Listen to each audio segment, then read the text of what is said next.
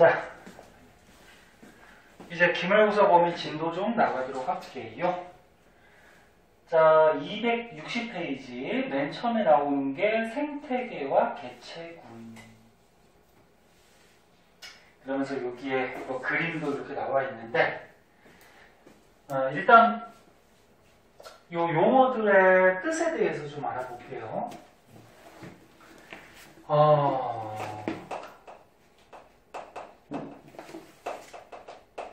생태계에서 풍학과학에서도 이런 단어들 좀 나왔거든. 개체라는 용어가 있고, 개체보다 좀 큰 개념이 개체군이라는 게 있고, 얘보다 좀 큰 개념이 군집이라는 게 있고, 생태계라는 게 있어요. 그러니까 개체들이 모여서 개체군, 개체군이 모여서 군집, 군집이 모여서 생태계, 이렇게 되는 거죠. 개체는 뭐지? 생명체 하나를 개체라고 해요. 하나의 생명체. 그러니까 사람으로 따지면 지금 교실에 선생님까지 포함해서 5명이 있죠. 그러면 교실의 개체가 5명이 되는 거야. 네? 꼭 동물만 얘기하는 건 아니고 식물, 뭐 아무튼 살아있는 것들 하나하나의 생명체. 그럼 개체군은 뭐죠? 한 종류의 무리. 그러니까 예를 들어서 여기에 지금 그림으로 사슴이 나왔는데 사슴 맞지? 사슴인데 사슴 한 마리는 개체라고 하고 사슴의 무리가 있어요. 이렇게 한 종류의 무리를 개체군 그렇게 얘기하는 거예요. 그러면 군집은 어느 한 지역에서 여러 종류의 무리.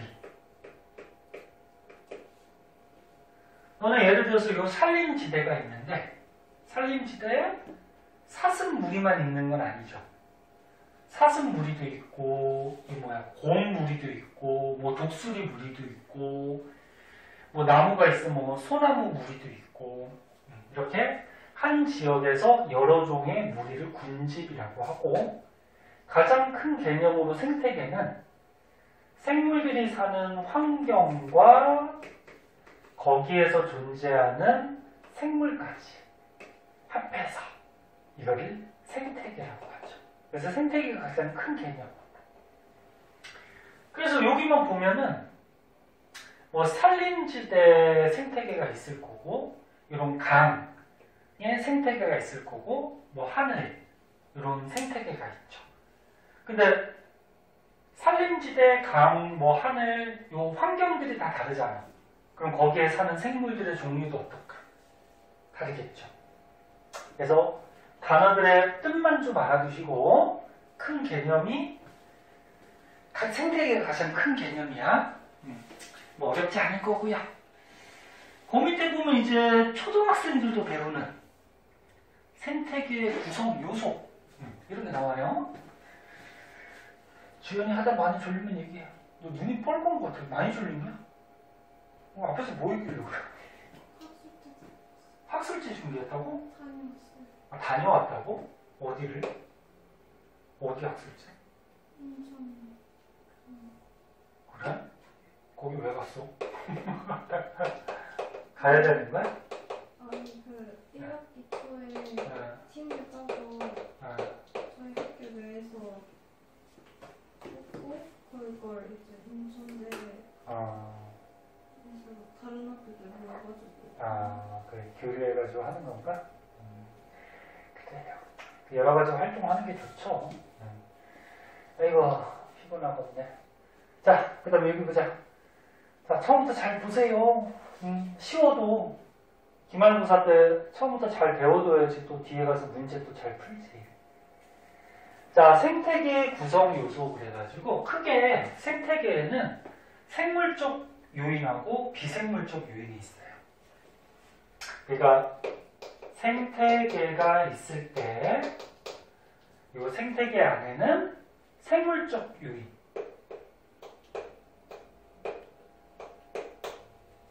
그 다음에 환경, 비생물적 요인. 이렇게 두 가지를 합해서 이걸 뭐라 그래? 생태계.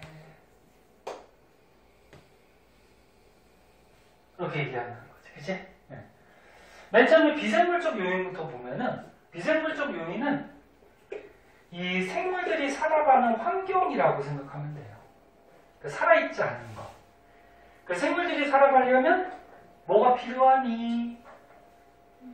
햇빛도 필요하고, 돈? 돈이라고 그랬어. 또 뭐? 물도 필요하고, 또 뭐 땅도 필요하죠, 토양. 그 다음 뭐 공기도 필요하고, 뭐 이런 등등. 그래서 생물들이 살아갈 수 있는 환경들, 이런 거를 비생물적 요인이라고 그러죠. 그럼 생물적 요인은 말 그대로 이거 생물이야, 생물. 그래서 초등학교 때도 배우는 생산자가 있고, 또 뭐 있니? 소비자가 있고, 또 뭐 있니? 분해자가 있죠. 생산자는 알다시피 광합성에서 양분을 스스로 만드는 애들, 식물 같은 거 보통 얘기하고, 소비자는 뭐지? 먹이를 먹고 살아가는 거죠. 소비자. 분해자는 생산자나 소비자 생명체가 죽었을 때 분해시켜서 이제 뭐 땅이나 공기의 성분으로 되돌리는 뭐 세균, 뭐 미생물들 그런 거 얘기하죠. 사람은 어디에 들어가? 소비자에 들어가지. 먹이 먹어야 되니까. 자, 그래서 생태계를 이렇게 크게 두 가지로 나누는데, 이 생물들끼리도 서로 영향을 줄 거고, 그 다음에 생물하고 환경도 서로 영향을 주는데, 환경이 생물한테 영향 주는 거를 작용한다라고 얘기하고, 생물이 환경한테 영향 주는 거를 반작용한다 이렇게 얘기를 해요. 그래서 선생님 이렇게 그림으로 그린 거 오른쪽 책에 나올 텐데, 그때 가서 다시 한번 얘기하겠지만 간단하게 한번 봐봐. 예를 들어서 햇빛을 받아서 식물이 광합성했다 이런 말이 나오면, 햇빛, 비생물적 요인이지. 햇빛을 받아서 생산자, 식물이 광합성을 했다. 그럼 요거는 작용이라고 그러고, 거꾸로 식물이 죽어서 땅의 거름이 됐대. 토양의 거름.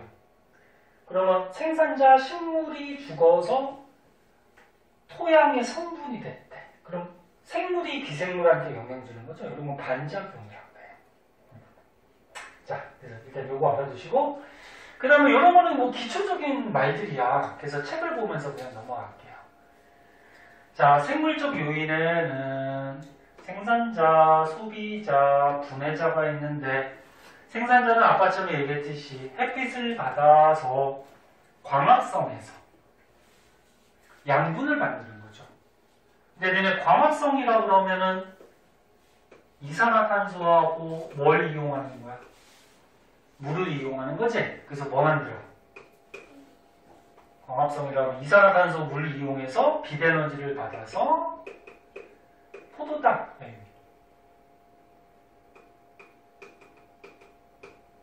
양분을 만들고 뭐 산소도 이렇게 만들고 이런 게 광합성이지? 이거 화학이 아니니까 개수는 안 맞출게. 그때 예전에 화학이나 이런 데서 한번 얘기했을 텐데, 이런 거 탄소가 하나나 탄소가 없는 물질들을 무기물이라고 해요. 무기물. 그리고 탄소가 2개 이상 여러 개 있는 물질이 유기물이야. 그래서 광합성 무기물을 가지고 뭘로 바꿔주는 거야? 유기물로 바꿔주는 거죠.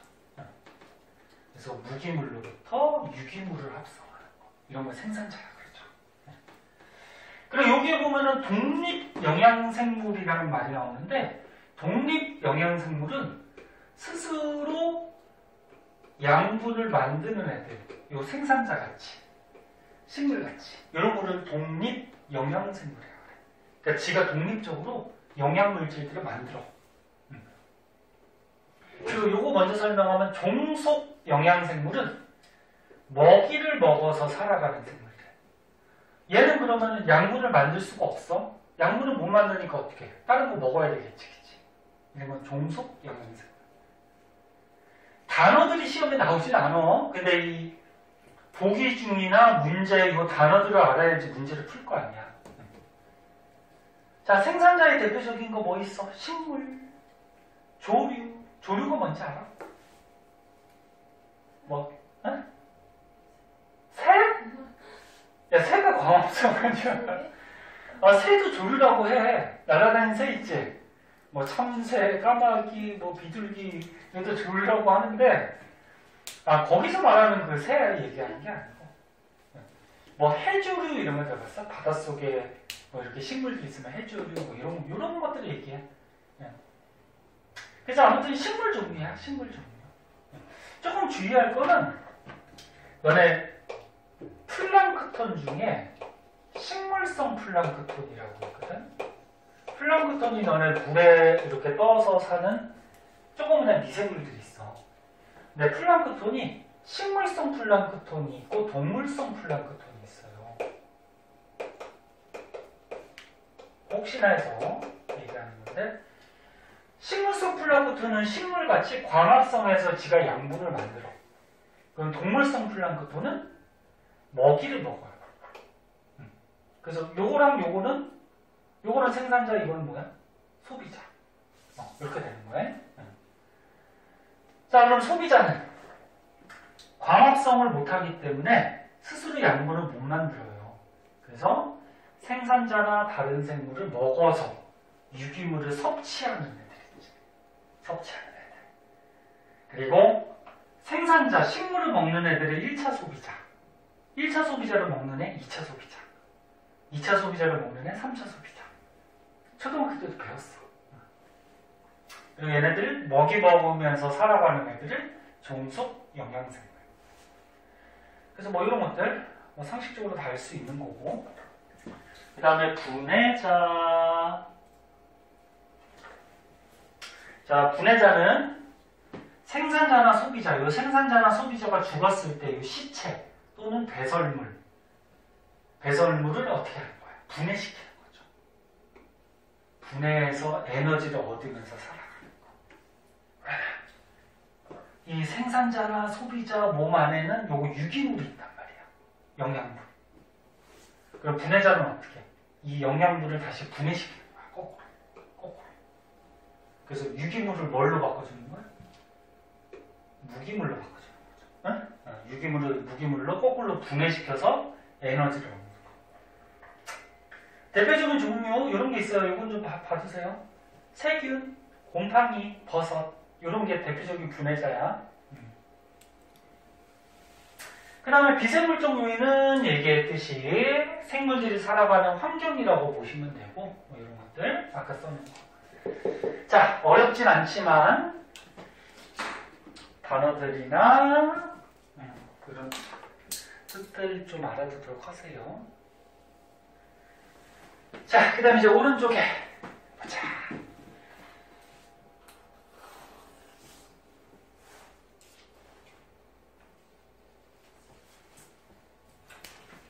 너네가 저기 고등학생인데 힘들긴 하지만 조절을 잘 해야 돼.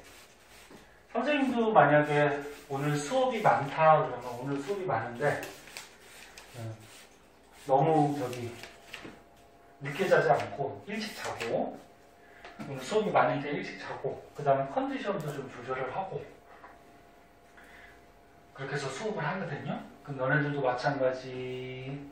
앞에 뭐 어디를 갔다 오거나 또는 학원이 많거나 그러면은 자기가 좀 잘 조절을 해서 전날에 좀 일찍 자고 그래야지 다음날 활동하는데 문제가 없으니까. 지현이 졸리면 얘기해. 한 대 맞으면 정신이 바짝 들어요. 아니야? 자, 자, 그래서 오른쪽 그림은 선생님이 여기다 그려준 거야. 그려준 건데, 요거 보자. 요거 작용하고 반작용 한번 보도록 할게요. 작용은 뭐라 그랬어? 비생물적 요인, 환경이 생물적 요인, 생물한테 영향 주는 거라 그랬죠?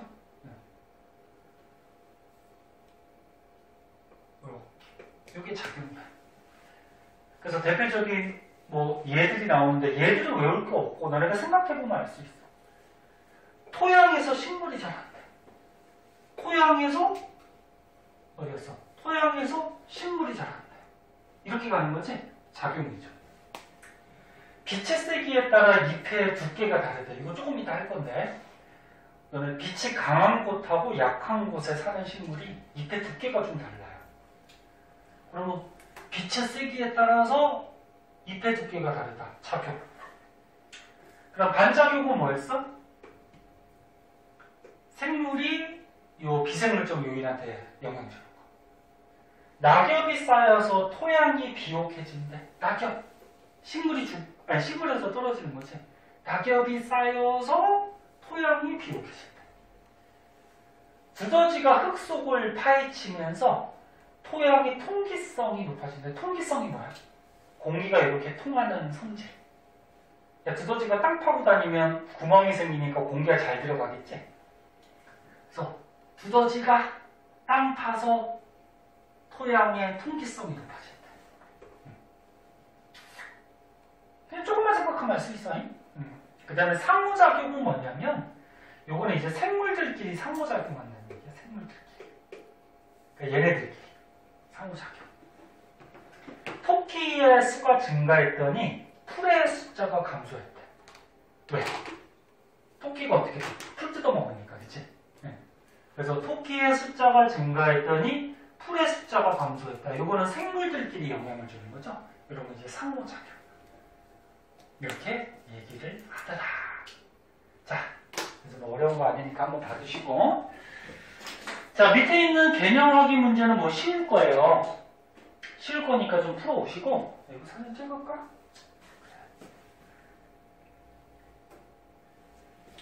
풀어보시고, 아까쯤에 얘기했듯이, 이제 기말진도 처음 나가는데, 처음부터 숙제 밀리면 나중에는 걷잡을 수가 없어요.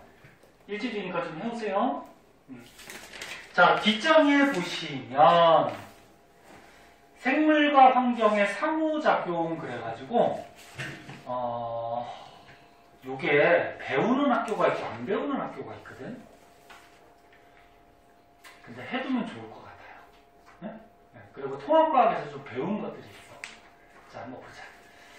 요거 뭐냐면은 생물과 환경의 상호작용. 봐봐. 너네 빛이 생물한테 영향을 주죠. 그 다음에 이제 오른쪽 페이지 온도도 생물한테 영향을 줘요. 물도 영향을 주고 공기나 토양도 영향을 줘요. 그래서 이런 환경적인 요인이 생물한테 어떤 영향을 주는지에 대해서 나오는데 딱 보니까 이런 거 통합과학에서 한번 본 것 같지 않아? 통합과학에서 한번 나왔어. 그래서 통합과학에서 안 나온 것들은 조금 자세하게 하고요. 나온 거는 책을 보면서 간단하게 지나갈게요. 자, 요거는 안 나왔어요. 한번 보자. 자, 어떤 건지 한번 봅시다.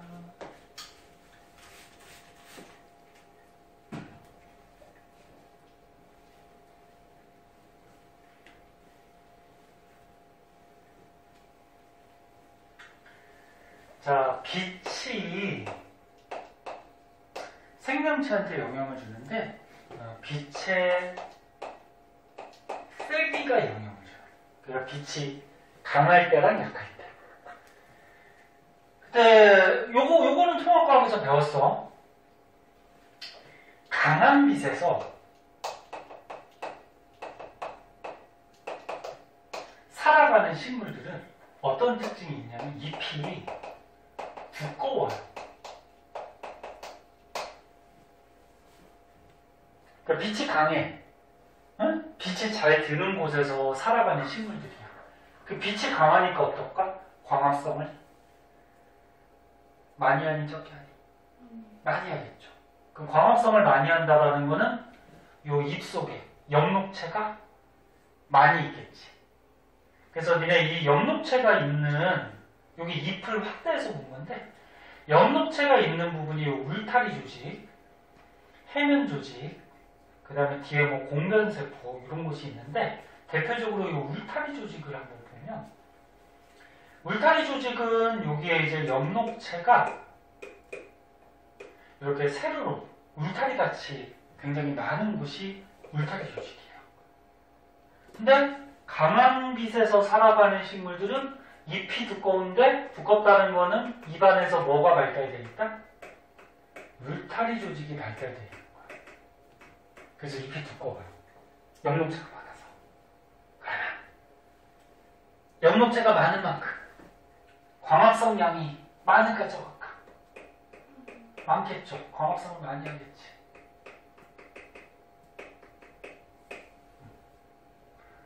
그리고 이렇게 강한 빛에서 살아가는 잎이 두꺼운 이 두꺼운 잎을 뭐라 그러면 양엽이라고 하고 양엽. 그리고 이렇게 강한 빛에서 살아가는 식물을 양지식물이라고 해요. 양지, 음지 그런 거 들어봤어? 양지는 햇빛이 잘 들어오는 곳, 음지는 잘 안 들어오는 곳. 그 양지에서 살아가는 식물. 그럼 거꾸로 약한 빛에서 광합성하면서 살아가는 식물들은 잎이 얇아요. 얇고 넓어요. 왜? 빛이 약하니까 광합성을 많이 할까 적게 할까? 적게 할 수밖에 없죠. 빛이 적으니까. 큰 반대가 뭐냐? 광합성량이 적음? 이게 많음으로 하자. 광합성량이 많음. 그럼 잎이 얇다 그러면은 울타리 조직이 발달했다 못했다? 네? 발달하지 못했다. 어려운 거 아니잖아. 자꾸 대답해도 가만히 있으면 졸리잖아. 발달하지 못했다. 그래서 여기 보면 어때? 울타리 조직이 별로 발달하지 못했어. 그치? 그 잎이 얇은 거야. 근데 얇아도 광합성을 하면서 양분을 얻어야 되잖아. 그치? 대신에 잎이 어때? 넓어요. 넓으니까 햇빛을 여러 군데서 받아서 광합성을 해야 되겠지. 이런 거를 요 잎이 얇은 요 잎을 뭐라 그러냐면 음엽이라고 해요. 그리고 이런 약한 빛에서 적응하면서 살아가는 식물들을 음지식물이라고 해요. 여기까지 됐니? 이 특징점 알아두셔야 되고, 그래서 빛의 세기에 따라서 양지식물, 음지식물 나눌 수가 있는데 이 그래프를 배우는 학교가 있고 안 배우는 학교가 있어요. 한번 볼게요. 이거 확대해서. 선생님 우리 학교는 안 배울 것 같아요. 그렇게 생각하지 말고. 진도 나갔니 여기 혹시? 학교에서? 네. 나갔어? 네. 이 배웠어? 배웠어요. 배웠어? 저기 주연이하고 서연이 아직 안 나왔어? 하긴 시험이 이번 주에 끝났으니까 뭐. 자, 유경아 배웠대. 너네들도 배웠니? 아직 생명은 생명이 안 들었었어? 그럼 서연이 배웠으니까 유경이도 배울 거 아니야. 잘 보세요. 자, 그래프인데 X축, Y축부터 선생님이 항상 잘 보라 그랬어요. X축이 뭐니? 빛의 세기. 그러니까 이쪽으로 갈수록 빛이 점점 세지는 거야. Y축은 뭐니? 순 이산화탄소 흡수 이렇게 돼 있지. 그러니까 위로 갈수록 어떻게 되는 거야? 이산화탄소를 많이 흡수한다. 그럼 이게 그래프가 X축은 아니겠어. 빛의 세기, 그치? Y축은 조금 애매하지. 이렇게 생각하면 돼. 너네 이산화탄소를 흡수할 때는 광합성을 할 때니 호흡을 할 때니? 광합성 할 때. 광합성 할 때 식물이 이산화탄소 흡수하고 산소 배출하잖아. 그치? 그래서 여기 염을 기준으로 해서 요 위에는 이산화탄소를 많이 흡수한다는 거잖아. 그치? 그 위에는 그냥 광합성이라고 생각하면 되고, 그럼 여기는 마이너스 값이지? 그럼 이산화탄소 흡수하는 양이 마이너스다. 그 말은 무슨 얘기야? 거꾸로 이산화탄소를 흡수를 잘 안 한다는 얘기지. 그치? 오히려 배출한다는 얘기죠. 그래서 이쪽 내려가면 호흡이라고 생각하면 돼.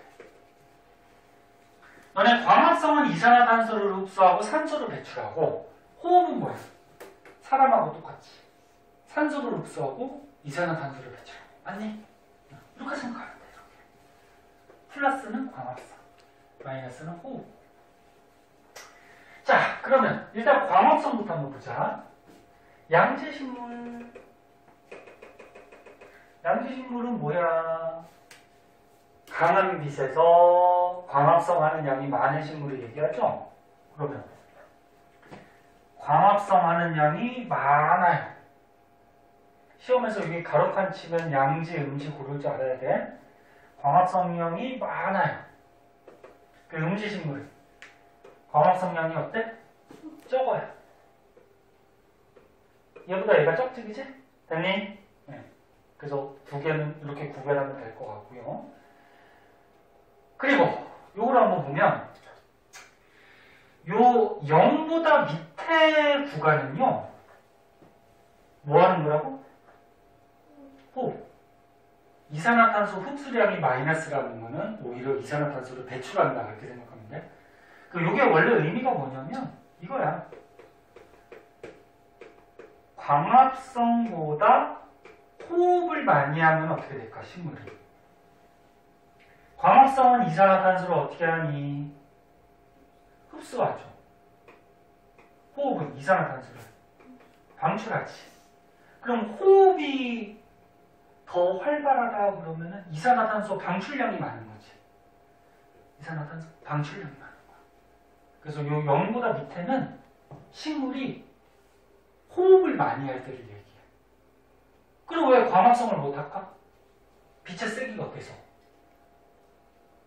너무 약해서. 응? 빛이 너무 약해. 야, 빛이 너무 약하면 광합성을 잘 할 수 있어, 없어? 없어요.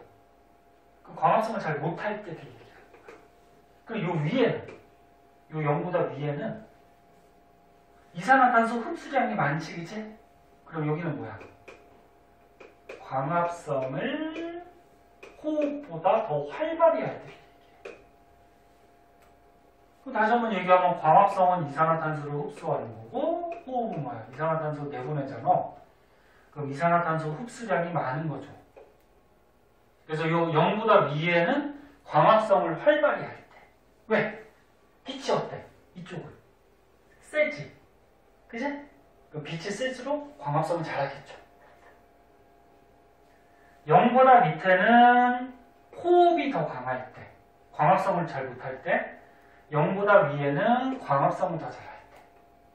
여기가 됐니? 근데 광합성이 일반적으로 어떻게 되냐면 이렇게 돼요. 이건 중학교 때도 나와.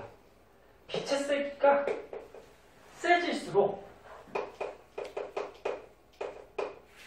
식물들의 광합성의 양은 점점 많아지다가 나중에 일정하게 돼. 이렇게. 빛이 암만 세도 광합성을 계속 잘하는 건 아니야. 나중에 이렇게 일정해. 어때? 요거요. 광합성을 최고 잘할 때, 여기가 최고 많이 하지. 최고 잘할 때 요 빛의 세기가 있어. 요거를 광포화점이라고 해요. 광포화점. 다시 한번 얘기하는데 학교에서 가르쳐줄 수도 있고 안 가르쳐줄 수도 있고, 가르쳐주면 시험에 나와요. 조금 어려워 이게. 그럼 여기 봐봐. 양지식물은 어떻게 돼? 광합성을 많이 하지. 음지보다는. 그치? 근데 이거 어떻게 돼? 잘 봐. 쓰는 것도 중요한데 사진 찍어주니까 이거 듣는 게 더 중요해요. 그래서 선생님이 영상 찍어놨으니까 나중에 부족하면 다시 보고, 예전에 찍어놓은 것도 있고. 빛이 세지면 세질수록 어떻게 돼?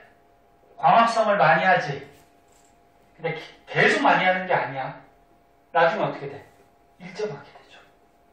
근데 광합성을 최고 많이 했을 때 빛의 세기. 요게 양지식물의 광포화점이 되는 거예요. 그래프에서. 그래서 만약에 양지식물의 광포화점을 골라라 그러면 요거예요. 광합성을 최고 잘할 때 빛의 세기. 그럼 음지식물의 광포화점은? 음지식물도 어떻게 돼? 빛이 세지면 세질수록 광합성을 잘 해요. 그러다가 나중에 일정하게 되지, 그치? 여기에서 어떻게 돼?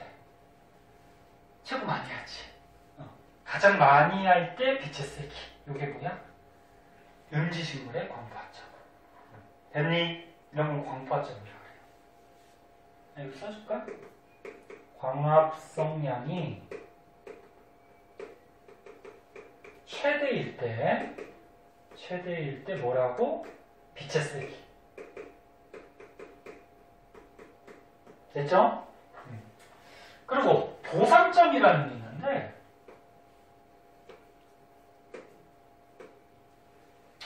보상점은 지금 표시가 어디에 돼 있어?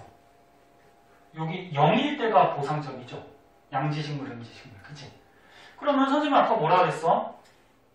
요 그래프 밑에는 빛이 약해서 호흡이 더 강할 때, 그 다음에 0보다 위에는 빛이 강해서 광합성이 더 강할 때. 그럼 요 0인 지점, 보상점은 무슨 얘기일까? 보상점은 광합성하고 호흡량이 같을 때. 여기를 보상점이라고 해요. 그러니까 플러스 광합성과 마이너스 호흡량이 같으니까 0이 되겠죠. 이해하시겠니? 그래서 요거 명칭들 좀 봐두시고요. 그 다음에 요거 양지식물, 음지식물 특징점들 알아두고. 됐어요? 네. 시험이 너네 12월 초중순이라서 날짜가 많지가 않아요. 그래서 빨리빨리 해야 돼. 기말고사는 늘 이래요. 늘 시간이 모자라.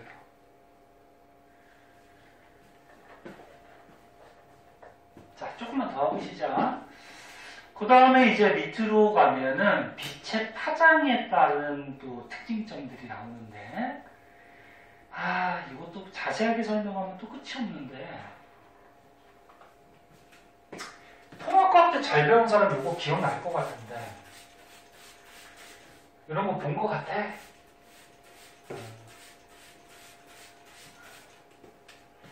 요거 자세한 원리는 생략을 할게요. 그것까지 설명하면은 약간 물리 쪽하고도 관계가 있고 시간이 좀 너무 오래 갈 것 같아. 이게 빛의 파장, 그 다음 뭐 진동수, 빛의 에너지 막 이런 것까지도 조금 고려를 해야 되는 건데,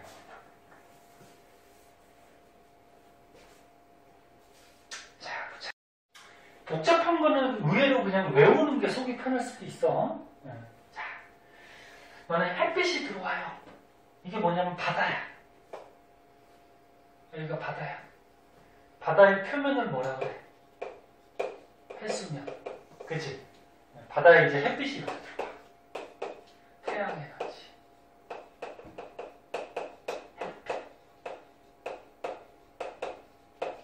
햇빛이 들어오는데, 그럼 바닷속에 이런 식물들이 있어. 식물들이 햇빛 받아서 뭐하니?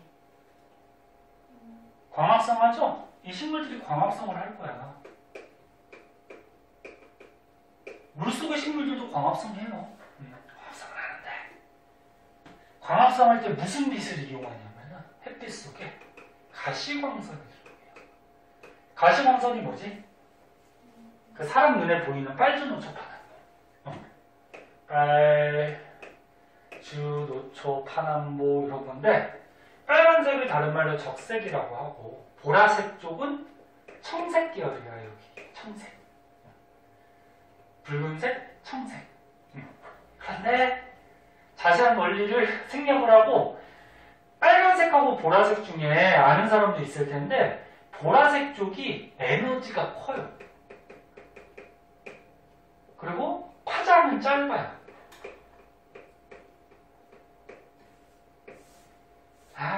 설명하자. 봐봐. 보라색 빛도 파동인데 보라색이 이렇게 진동을 많이 해. 빨간색이 어떻게 돼? 진동을 조금 해. 그럼 딱 봐도 누가 에너지가 더 커 보이니? 보라색이 커 보이지. 얘가 에너지가 커. 근데 파장이 뭐지? 중학교 때도 혹시 나오는데 요 마루에서 마루, 요 골에서 골, 여기 거리가 파장이야. 그럼 에너지가 큰 놈이 요 파장이 어때? 짧아요. 그럼 얘는 어때? 천천히 진동하니까 에너지가 어때? 작아요. 에너지가 작은 놈이 요 파장은 어때? 긴 거야. 이해할 수 있겠니? 그러니까 빨리 진동하면 당연히 에너지가 크겠지. 그 파장은 이거 짧겠지. 그래서 여기 보면 여기가 지금 파장이 나오는 거야. 파장. 여기 파장이야. 파장. 그럼 빨간색 쪽이 파장이 어떻다? 길다. 파장이 길다. 파란색 쪽이 파장이 어떻다? 짧다. 이해됐니? 근데 이 숫자만 보고 얘 숫자가 크니까 에너지가 큰 거구나. 그렇게 하면 안 된다는 거지. 얘가 에너지가 어떤 거야? 작은 거지. 파장이 짧은 놈의 에너지가 어떤 거야? 큰 거야. 여기까지 이해됐니? 그러니까 햇빛이 이렇게 들어오면은 에너지 큰 놈은 에너지가 강하니까 깊은 물까지 이렇게 들어가요. 깊은 물까지. 그럼 깊은 곳에 사는 식물들은 청색빛밖에 안 들어와. 그러면 어떻게 할까? 얘네들은 깊은 곳에 사는 식물들은 청색빛밖에 안 들어오니까 누구? 청색빛을 이용해서 광합성을 해야 되겠죠. 다른 빛이 안 들어오거든. 그럼 얘는 청색빛을 흡수를 해야 돼. 응? 청색빛을. 그러면 식물 색깔이 청색이면 될까 안 될까? 안 돼요. 난 칠판이 왜 녹색이야? 이 형광등 빛이 왔을 때, 가시광선이 왔을 때 녹색을 반사시키는 거죠. 그리고 너네 눈에 녹색빛이 들어가니까 녹색으로 보이는 거야. 녹색이라고 해서 녹색을 흡수하는 게 아니야. 녹색을 반사하는 거예요.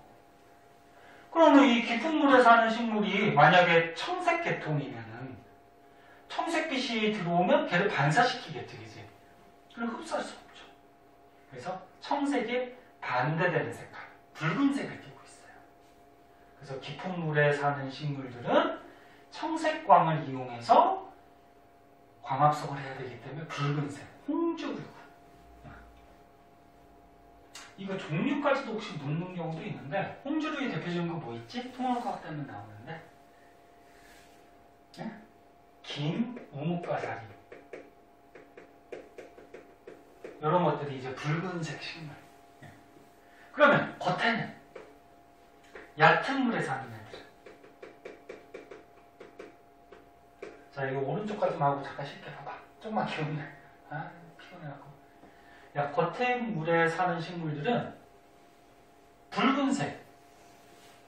에너지가 작은 붉은색 빛도 잘 들어오지.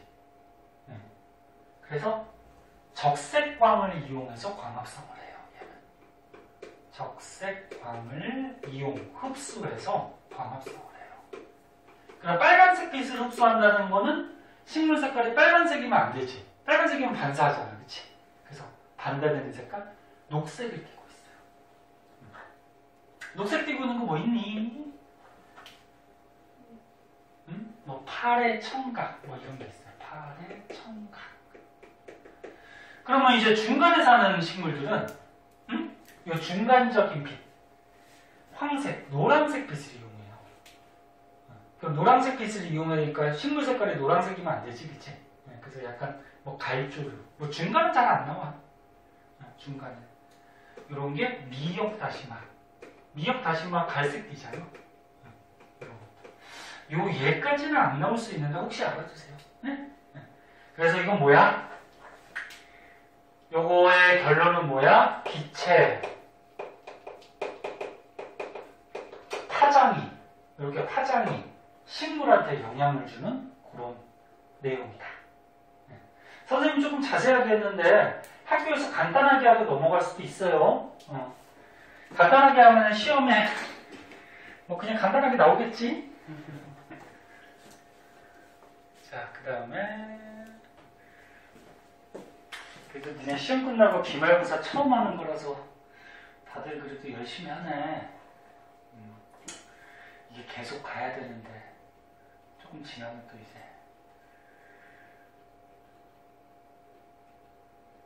자, 요거 하나만 하고 잠깐 쉬었다 할게요. 자, 요거는 뭐냐면 통합과학에서 한번 배웠어요. 선생님하고 배운 사람도 있고 너네 학교나 다른 학원에서 배운 사람도 있고. 서른이 선생님하고 했지 이거. 유경이도 했지. 둘은 했으니까 기억이 날 거야. 물어봐야지. 자, 보세요. 첫 번째, 두 번째 요거는 뭐냐면 1조 시간. 1조 시간이 뭐니? 햇빛 받는 시간. 낮하고 밤이 있는데 낮이 길어지는 시기가 있어. 얘네 계절이 봄, 여름, 그다음 또 뭐 있어? 가을, 겨울 있잖아. 여름은 어때? 누가 길어? 낮하고 밤 중에. 낮이 길죠? 겨울은. 밤이 길죠? 그러면 봄은 겨울에서 여름으로 넘어가는 거지. 겨울에서 여름으로 넘어가니까 낮의 길이가 점점 어떻게 되는 거야? 길어지는 시기지. 낮이 길어지는 시기야. 그럼 가을은 여름에서 겨울로 넘어가는 시기니까 낮의 길이가 어떻게 되는 거야? 짧아지는 시기죠.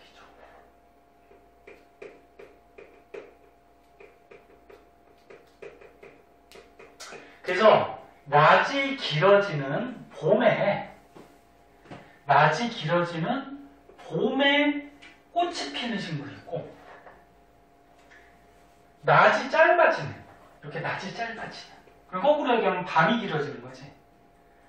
낮이 짧아지는, 이건 봄이야. 이건 가을이고. 밤이 길어지는 가을에 꽃이 피는 식물이 있어요. 근데 어떤 꽃들은 봄에 피고 어떤 꽃들은 가을에 피죠. 이런 걸 뭐라 그래? 장일식물, 단일식물 이렇게 얘기해. 그러니까 얘는 뭐야? 낮이 길어지는 장일, 해가 길다. 해가 길어질 때 봄에 꽃이 피는 식물. 단일, 짧은 단자죠. 해가 짧아질 때 꽃이 피는 식물. 뭐, 요 대표적인 예도 나올 수도 있는데, 대표적으로 낮이 길어지는 봄에 꽃이 피는 식물이 붓꽃 같은 게 있고요. 단일식물, 낮이 짧아지고 밤이 길어지는 가을에 꽃이 피는 거 대표적으로 코스모스 같은 게 있죠. 그 다음에 동물도 좀 영향이 있거든. 일조 시간은. 꾀꼬리나 닭 같은 경우에는 봄에 일조 시간이 길어지는 봄에 생식을 하리라. 근데 송어나 모루 같은 경우에는 일조 시간이 짧아지는 가을에 생식을 해요. 번식을 해요. 자, 그래서 지금까지 정리하면 지금까지 다 뭐 배운 거야? 빛에 대해서 배운 거야. 빛. 네? 첫 번째 뭐? 빛의 세기. 양지식물, 음지식물. 그래서 두 번째 뭐? 빛의 파장. 그래서 물의 깊이에 따라서, 바다의 깊이에 따라서 식물들의 색깔이 달랐고. 세 번째 뭐? 일조시간. 빛을 받는 시간에 따라서 식물과 동물이 어떤 특징점을 보였어요. 그거까지 한 거고. 자, 조금 쉬었다가 그 이유 거 좀 보도록 할게요. 잠깐 쉬었다 합시다.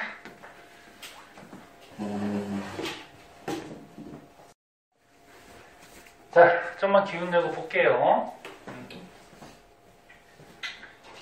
지금까지는 빛이 생물한테 영향 주는 거 배웠고요. 이제 263쪽 오른쪽 페이지에 보면 뭐가 나와? 온도와 동물. 그래서 온도가 동물한테 영향 주는 거, 요거는 온도가 식물한테 영향 주는 거. 요거는 간단해서 통합과학 때도 배웠고 그냥 책을 한번 읽어보고 끝낼게요. 개구리하고 뱀 같은 경우에는 추워지면 어떻게? 겨울잠 자죠, 그냥. 예. 그 다음에 철새들은 어떻게 돼요? 자기한테 맞는 온도를 찾아서 이동해 다니지. 그래서 추운 곳에 사는 철새들은 우리나라가 여름이 되면은 다른 데 추운 지방으로 날아갔다가 겨울이 되면 어떻게 돼? 다시 오죠? 뭐 이렇게. 장소를 이동하고. 그 다음 요거는 이제 가끔 시험에 나오죠. 추운 지방에 사는 포유류는 말단 부위가 작고 몸집이 크다. 그래서 대표적으로 북극여우. 홍합과학 때도 잘 나갔죠. 북극여우는 어때? 이 사막여우보다 몸집이 커요. 그러니까 몸에 지방이 많아. 왜? 지방이 많아야지 몸 안에 있던 열을 바깥쪽으로 방출을 덜 시켜요. 막아주니까. 지방이. 그래서 추운 지방에서 열 방출을 적게 하기 위해서 몸집이 크고요. 귀 같은 이런 귀 같은 말단 부위가 작죠. 왜? 귀를 통해서 열을 막 방출시키면 안 될 거 아니야. 그치? 거꾸로 더운 지방에 사는 사막여우는 어떻게 될까? 몸집이 어때? 네? 작아요. 거꾸로야. 몸집이 작고 말단 부위가 어때? 커요. 그래서 지방이 적어서 열을 잘 방출시키고 귀를 통해서 열을 또 많이 방출시키죠. 그래서 온도에 따라서 그렇게 몸의 말단 부위나 몸집 같은 게 좀 다르고 이거는 나올 수 있어. 잘 알아둬야 돼. 이해됐어? 그 다음에 계절용이라 그래서 호랑나비 같은 경우에는 봄에 태어난 애들하고 여름에 태어난 애들이 크기나 색깔이 좀 달라요. 봄형이 크기가 작고 색깔이 좀 연하다. 거꾸로 얘기하면 여름형이 크기가 좀 크고 호랑나비가 색깔이 진해요. 그냥 참고삼아. 그 다음에 이제 오른쪽은 식물.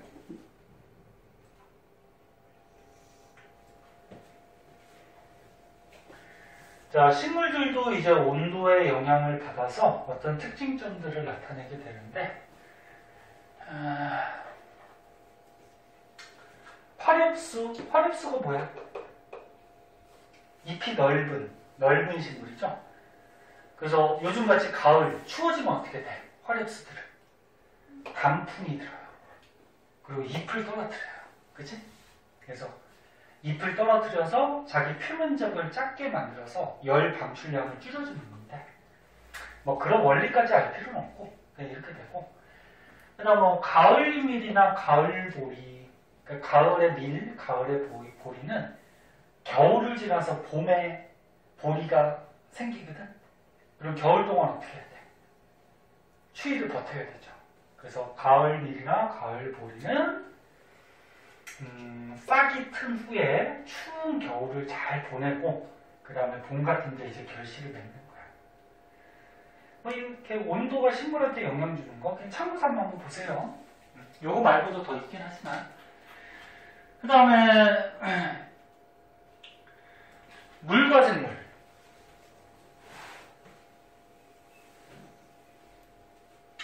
만약 곤충의 껍데기가 딱딱하죠. 키틴치 껍데기. 그래서 곤충이 이렇게 밟으면 어떻게 돼? 뿌지직 그리면서 껍데기 부셔지죠. 그래서 곤충이 왜 딱딱한 껍질로 돼 있어? 몸 안에 수분을 보호하기 위해서 증발하는 걸 막아주는 거죠. 그 다음에 사막에 사는 이런 도마뱀 같은 파충류들은 몸이 비늘로 쌓여 있어요. 왜? 얘도 물이 원체 부족하니까 몸 안에 있는 수분 증발을 막아주는 거지.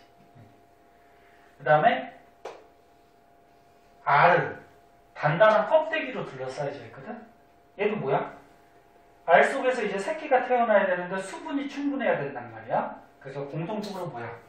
수분이 날아가는 것을 막아주기 위해서 뭐 이런 특징점들을 갖고 있더라. 그 다음에 식물. 식물에 뭐 여러 가지로 분류를 해놨는데,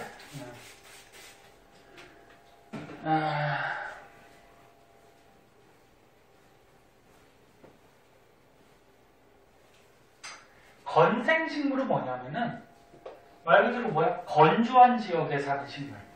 뭐 사막같이, 뭐 선인장같이. 야, 그럼 건조하니까 물이 부족하니까 어떨까? 뿌리가 발달해요. 뿌리가 땅속으로 길게 뻗어가면서 깊은 곳의 물까지 흡수하는 거지. 그리고 물이 부족하니까 어떻게 돼? 저수조지.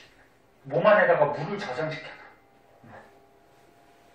나머지는 그냥 보고. 그리고 거꾸로 수생식물, 물이 많은 곳에 사는 식물들은 연, 불애옥장 뭐 이런 것들은 어떻게 돼? 물에 떠서 살죠.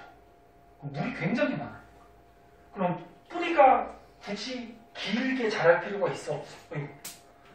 자랄 필요가 없지. 네. 그래서 뿌리가 발달하지 않고 통기조직, 물에 떠서 살기 위해서 어떻게 돼? 공기가 들어있어요. 식물 안에. 공기가 있어야지 물에 떠서 있겠지? 네, 뭐 이런 것들이 있더라. 참고 삼아 보시고. 에이씨, 이게 부러졌네. 그 다음에 밑으로 가면은 공기. 고산지대. 그러니까 높은 곳에 사는 사람들은 우리 이렇게 평지에 사는 사람들보다 적혈구 숫자가 어떨까? 많아요. 높은 곳에 살면은 산소가 어때? 부족하지? 그럼 적혈구가 뭐 하는데? 산소 운반하잖아. 그럼 산소가 부족하니까 적혈구 숫자가 많아서 산소를 빨리빨리 운반해야 되지. 그치? 그래서 적혈구 숫자가 많다. 그 다음에 폐의 면적도 넓어요. 네. 티베트도 이제 고산지대거든? 높은 곳에 사니까 산소가 부족하니까 어떻게 돼? 폐가 좀 넓어서 폐포도 많거든? 폐포가 뭔가 공기 저장하는 주머니죠?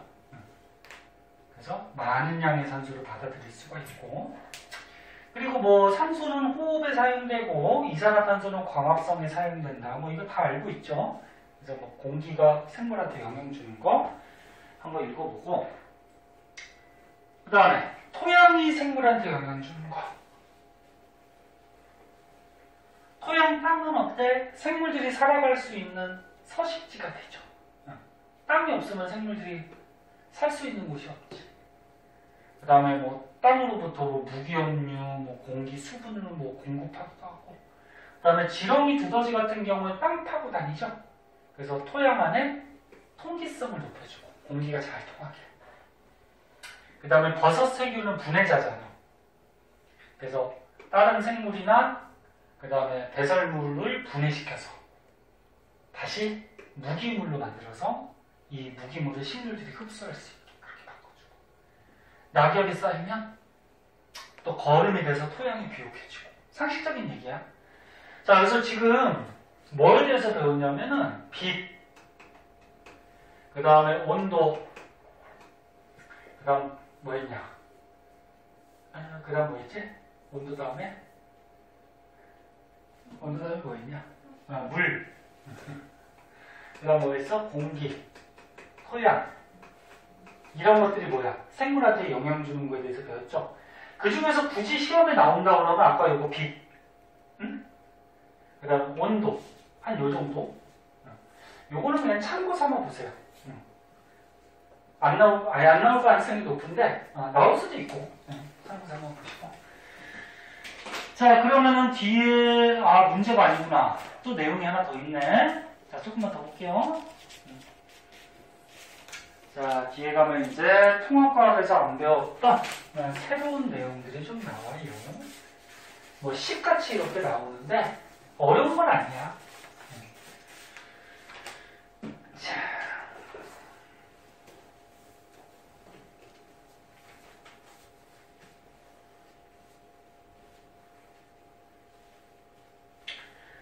그리고 뒤에 있는 문제는 선생님이 얘기 안 해도 배운 부분은 자연적으로 숙제니까 꼭 해보시고,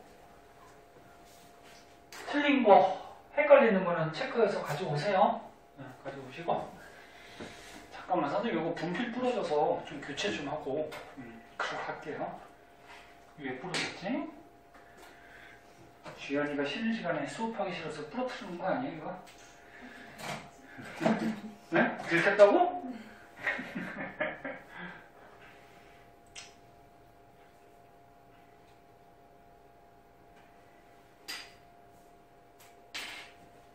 이게 분필이 부러지면 안에 껴가지고 이게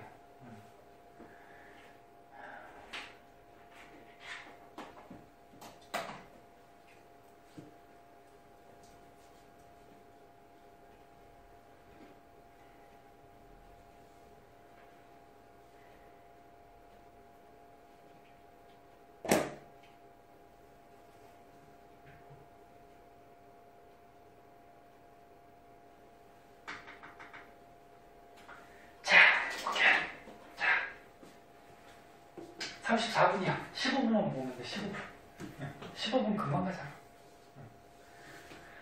자, 여기에 이제 뭐 공식같이 해서 뭐 여러 가지가 나오는데 내용은 어렵지 않은데 말이 좀 헷갈려. 그래서 말을 용어의 뜻이나 정의들을 확실하게 좀 알고 있어야 돼요. 자, 개체군의 밀도. 아까 개체군이 뭐라 그랬니? 개체군. 한 종류의 생물의 무리. 그치? 그래서 만약에 여기 참새가 있어. 참새 한 마리 한 마리는 개체라고 그러고, 참새 한 종류의 요 무리는 개체군이라고 그러죠. 그럼 밀도가 뭘까, 밀도? 화학에서는 뭐 부피분의 질량 구하는 식도 있잖아. 그러니까 밀도가, 너는 인구 밀도라 그러면 무슨 말이야? 야, 인천의 인구 밀도가 높다. 무슨 말이야? 인천 지역에 사람들이 굉장히 많이 산다는 거지. 그래서 밀도라는 거는 어떤 생물의 밀도는 어떤 면적에 생물이 얼마나 많이 살고 있냐. 그 만약에 참새의 개체군의 밀도라 그러면 참새가 살고 있는 면적이 있겠죠? 참새가 날아다니긴 하지만 참새 집도 있을 거고 참새가 돌아다니는 나와바리가 있을 거 아니야. 나와바리가 뭔지 알아? 걔네가 활동하는 지역이 있을 거 아니야. 그럼 그 얘네들이 참새 무리가 활동하는 면적에 참새가 몇 마리가 있느냐. 뭐 식은 뭐 어려운 거 아니잖아. 얘가 살아가는 땅에 몇 마리가 있냐. 인구 밀도라 그러면 인천 지역에 몇 사람이 있냐. 그지? 그거지. 요걸 이제 개체군의 밀도라 그러죠. 근데 여기서 중요한 거는 요게 중요해요. 개체군의 밀도를 증가시키는 요인과 개체군의 밀도를 감소시키는 요인이 있어요. 뭐 중요한데 뭐 어렵진 않아요. 생각해보는데 개체군의 밀도를 증가시키는 요인. 너네 얘네들이 사는 면적은 변하지 않을 거 아니야. 그치? 사는 면적을 일정하니까 개체군의 밀도를 증가시킨다는 거는 숫자가 많아지면 되는 거지. 이사 오면 되죠, 이사. 너네 인천의 인구 밀도가 높아지려면 다른 지역에서 이사로 오면 되죠, 사람들이. 그래서 이사 오는 거를 이입한다. 이사 오면 돼요. 그 다음에 자식을 낳으면 되죠. 그럼 사람이 많아질 거 아니야, 그치? 출세. 그래서 다른 지역에서 이사를 오든지 아기를 낳으면 그 지역의 밀도가 높아지겠지, 그치? 인구 밀도가. 그냥 사람으로 하자, 사람으로. 그러면 개체군의 밀도를 감소시키는 요인은 이사 오는 거의 반대는 뭐야? 다른 쪽으로 이사 가버리는 거지? 그래, 이출이라고 그래, 이출. 출입구 알지? 출입구. 출이 뭐야? 나가고. 입이 뭐야? 들어오고. 네? 이 지역으로 들어오고, 이 지역에서 다른 지역으로 나가고. 그 다음에, 태어나는 거에 반대. 사람들이 죽으면 인구 밀도가 작아지겠지, 그치? 네. 자, 밀도를 증가시키는 거, 감소시키는 거 한번 봐두도록 하시고. 근데 봐봐. 여기 이것도 좀 알아두세요. 이익과 이출보다 누구의 영향이 더 크다? 출생과 사망의 영향이 더 커요. 요 밀도를 변화시키는 요인 중에 요게 영향이 더 커. 왜? 생물들은 한 지역에서 살면은 잘 이사를 안 가. 사람들은 뭐 일 때문에 자주 이사 가는데, 야, 예를 들어서 저기 뭐 경상도에 살던 참새가 어느 날 인천으로 막 날라와갖고 여기서 살고 그럴까? 아니죠. 잘 이사나 이런 걸 안 가기 때문에 밀도를 변화시키는 요인 중에는 출생과 사망이 영향이 좀 크다. 그 정도만 봐도. 그 다음에 이제 밑에 보면은 그래프가 한 가지가 나와요. 이거 중요해요. 얘네 완자책에서도 요 앞에 이렇게 빨간색 별표 쳐 있는 거 있잖아. 그게 특히나 더 중요하거든. 문제 같은 데 잘 나오니까 요거 한번 보자. 요까지만 하고 끝내야 되겠다. 자, 이 그래프만 보세요. 자, 요거는 수능 같은 데도 잘 나오고, 뭐 다른 것도 잘 나오긴 하지만.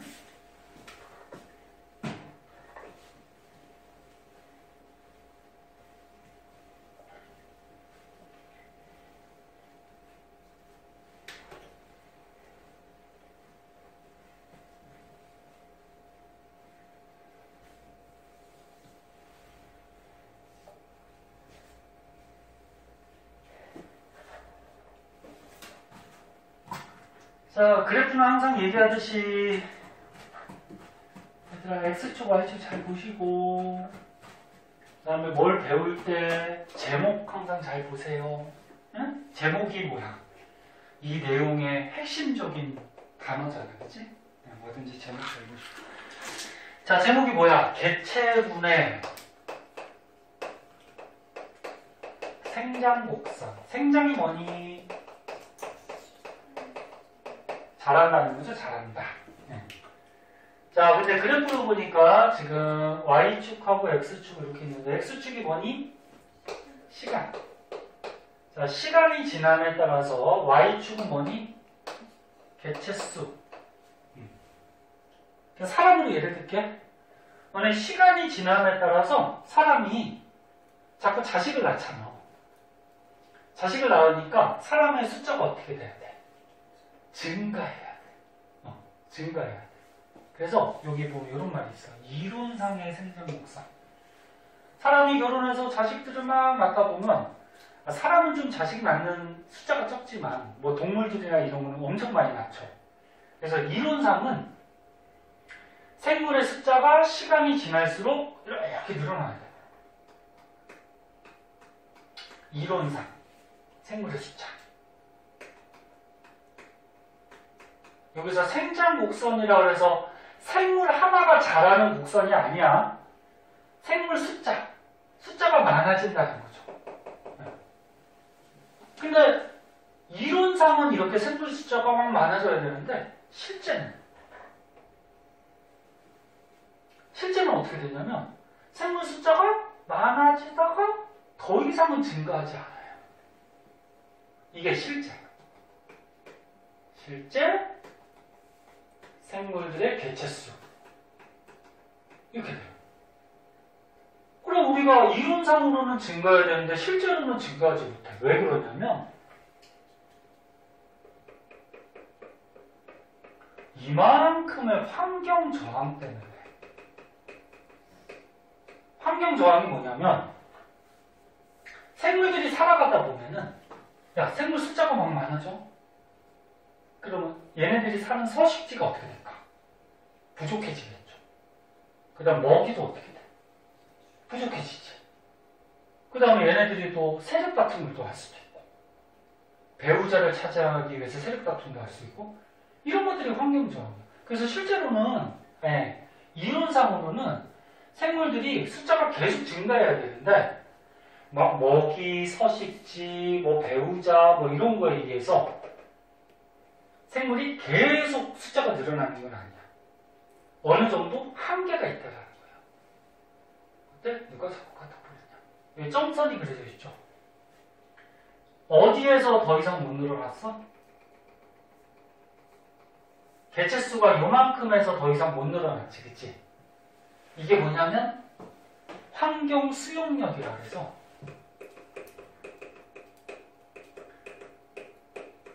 이 지역의 환경에서는 최대한 요만큼의 숫자만 수용할 수 있다. 그런 얘기죠. 이게 무슨 말인지 알겠니? 그 책을 한번 보자. 봐봐. 이게 중요해. 시험에 무조건 나올 거야. 다른 것도 나오지만. 자, 이론상에 보면은 개체 숫자가 계속 증가해서 J자 모양이 돼. 이렇게. J. 네? 네. 근데 실제로는 어떻다? 실제로는 환경 저항이 발생하기 때문에 실제로는 무슨 모양? S자. S자. 생장 목소리를 그래요. 그럼 환경 저항이 뭐냐? 생물들이 살아갈 때 개체군의 생장, 그러니까 숫자를 억제하는 요인인데 방금 얘기했듯이 뭐 서식지나 먹이 부족이 가장 큰 원인이죠. 생물들이 더 많이 증가하죠. 굶어 죽는 애들이 많이 생기겠죠.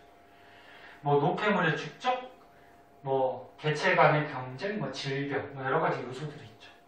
이런 생물들이 살아가는데 억제되는 요소들이 있기 때문에 실제로는 이런 모양, S자. 근데 요거 더 이상 증가하지 못하고 최대값을 가질 때 이걸 뭐라고 해? 환경 수용력. 최대로 많아질 때. 보지 알겠니? 네, 그리고 여기다 가로판 치면 고를 수 있어야 돼. 실제인데 이만큼의 환경 저항력 때문에 실제는 이게 이론인데 실제는 이렇게. 그지? 자, 그래서 이거 실험으로 했는데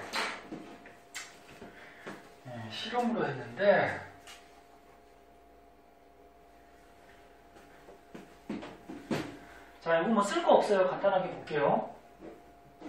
보이지? 지원? 보이지? 네, 빨리 끝내기 위해서. 자, 시험관 8개에다가 이 효모가 살아갈 수 있게 뭐 영양분도 넣어주고 살아갈 수 있는 조건들을 만들어줬어요. 그럼 효모가 어떻게 할까? 막 번식하겠지. 효모는 이분법이라고 해서 그냥 둘이 쪼개지면 아니 추락법이다. 여기서 꽃같이 툭 튀어나와서 자식이 되거든. 그래서 번식 속도가 되게 빨라요. 그래서 시간이 지났더니 어떻게 됐어? 20마리, 50마리, 120마리, 210마리, 230마리 계속 증가했지. 근데 더 이상은 증가해 못해. 못해요. 이유가 뭘까? 시험관에 놓고서 했으니까 야, 시험관 안에 효모들이 막 늘어나다 보면 더 이상 이 효모들이 번식할 수 있는 장소가 있어 없어? 없겠죠. 그 서식지 부족 또는 이 안에 뭐 포도당 수용에 영양분을 넣어뒀지만 효모가 많아지다 보면 영양분을 먹이를 많이 먹을 거 아니야. 그럼 먹이 부족 뭐 이런 것들. 그치? 그래서 생장 목성이 어떻게 돼? S자. 됐니? 이런 모습을 실제로 보이더라.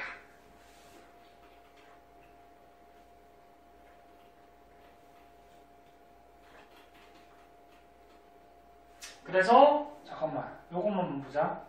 효모 개체군의 환경 저항으로 작용한 게 뭐다? 포도당의 양, 먹이의 양, 그치? 또 뭐? 서식 공간의 부족. 이런 거 고를 줄 알아야 돼. 그런 것들이 있죠. 자, 그리고 오른쪽에 실험이 하나 더 나오는데요. 요게 중요해서 다음 시간에 요거 간단하게 복습하면서 요 실험부터 진행을 하도록 할게요. 수업. 그치? 자, 오늘은 여기까지 할게요. 고생하셨고요. 뒤에 너네 문제 중에 배운 거 있으면 미리미리 풀어와. 그래야지 다음 시간에 숙제가 적지. 알았지? 보면 알 거야. 고생하셨습니다.